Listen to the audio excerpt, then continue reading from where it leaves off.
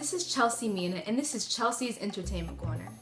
Chelsea's Entertainment Corner is a web series that I created to talk with celebrities of the African diaspora about their careers as well as social issues today. Today, I have director, screenwriter, producer, actor, and a fellow Brooklynite, Mr. Malcolm D. Lee. Now, you're big time in my household, since writing and directing two of my mom's all-time favorite movies, Welcome Home, Roscoe Jenkins, and The Best Man. You also directed Roll Bounce, which my sister and I love. Now, The Best Man, your first film, was a huge success for which you won Best Director and Best Screenplay, original adapted for 2000 Black Reel Awards. There were a lot of comedies in 1999, but The Best Man looked at the comedy of everyday life while taking a realistic look at the upper middle class African American. Will you talk a little bit about your decision to look at upper middle class Black lives, something a lot of people didn't show on screen at that time, and why you chose to tell their stories with an insightful yet comedic approach? With Best Man, it was my first studio picture, and I had not to date, or very seldom seen images of African Americans that I could relate to. Having grown up in a two-parent household, middle class, and with a educated background, I wasn't seeing that depicted in a multidimensional way. So I thought, the images that are out there, of the hood and of violence and drugs and despair weren't me. It weren't what I experienced. I mean, I knew what that was, but I knew that wasn't the spectrum of what we were. Right. So certainly very influenced by my experiences that I had at Georgetown University, and the friends that I built there, the friendships I built there, and just the way we interacted and laughed and loved, and what our aspirations were. It just was fitting to me to tell a story that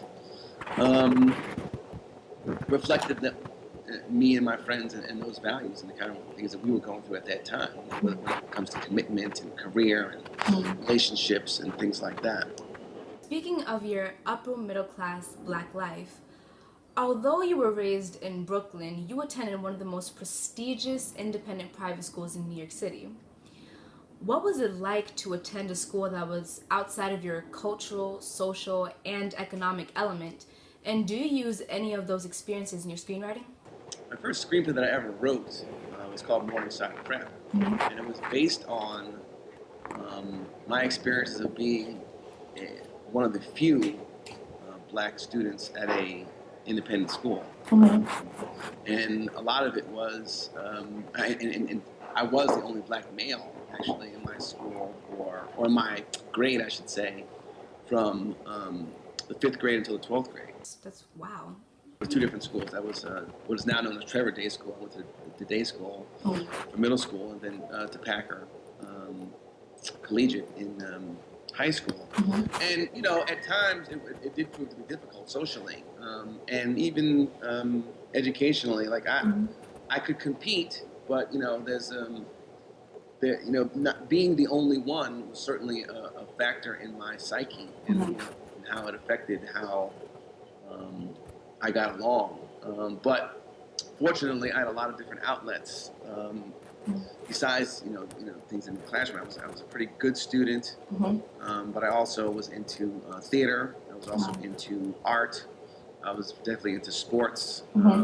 So I had a lot of strong bonds with people, and was able to navigate those things despite what may have been perceived as racist or racism.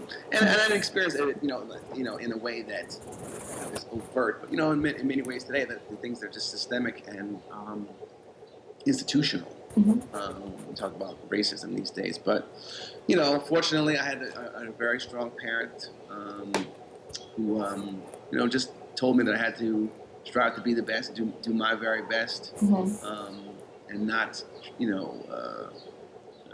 don't think I have anything else to fall back on other than myself. when it came to education, because a lot of my fellow students had parents who had a lot of money, generational wealth. We did not have that in my family. My father was a musician and a school teacher. My mom was a medical records administrator. So working class, and it was about really just putting me in the best educational situation as possible. Now, I'm sure when you started out, you were pressed to work with some of the biggest talent in quote-unquote Black Hollywood.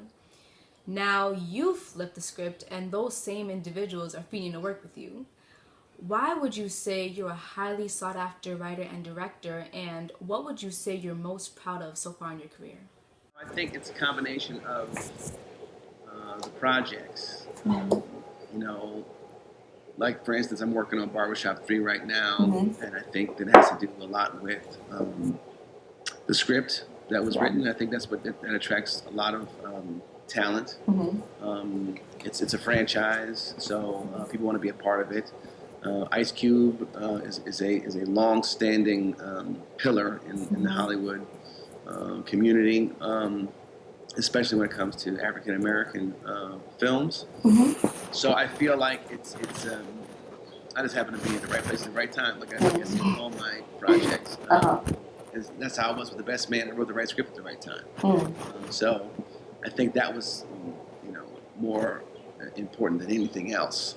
Was my ability to to attract talent, because it was the right, the timing was right. The fact that I've been able to keep working, is a blessing in and of itself.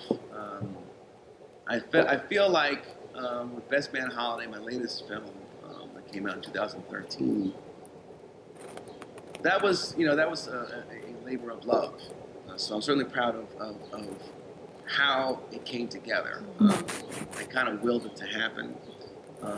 I got my actors back together. They were all in a place in their career where they were ready to tackle these characters again. And so I, in terms of like just trying to get that project in the zeitgeist, in the attention of the studio, Universal at the time, and then just making the deals and putting together a script that was worthy of the actor's time. And so I'm very proud that we came out and I made the movie I wanted to make, and that it proved to be very successful for me, for the studio, for the actors. And so I think I'd probably say that's the most proud accomplishment, but that's also the most recent. So that could be a factor as well. I'm proud of all the movies I've made. So since we're on the topic of Barbershop 3, everyone's waiting for your next huge project, Barbershop 3. Moviegoers expect for a sequel to a movie to not be as successful as the first one. However, that was not the case with Barbershop 2. Barbershop opened in 2002 at close to 21 million, and Barbershop 2 in 2004 a little above 24 million. Without looking at the numbers, what are you going to do differently to engage moviegoers or entice them to see a movie to which you're creating the third sequel? This version of Barbershop has the potential to be the best of the bunch. I think that we have an opportunity to reach some emotional depths, as well as some very high humor marks as well, some high humor peaks, I should say. And we've got an amazing cast. So that's where you start. You got a script and a cast, and you hope the director doesn't mess it up. That's my goal, to make people, remind people of the warmth that they felt with the first film, which people were so engaged by and so beloved.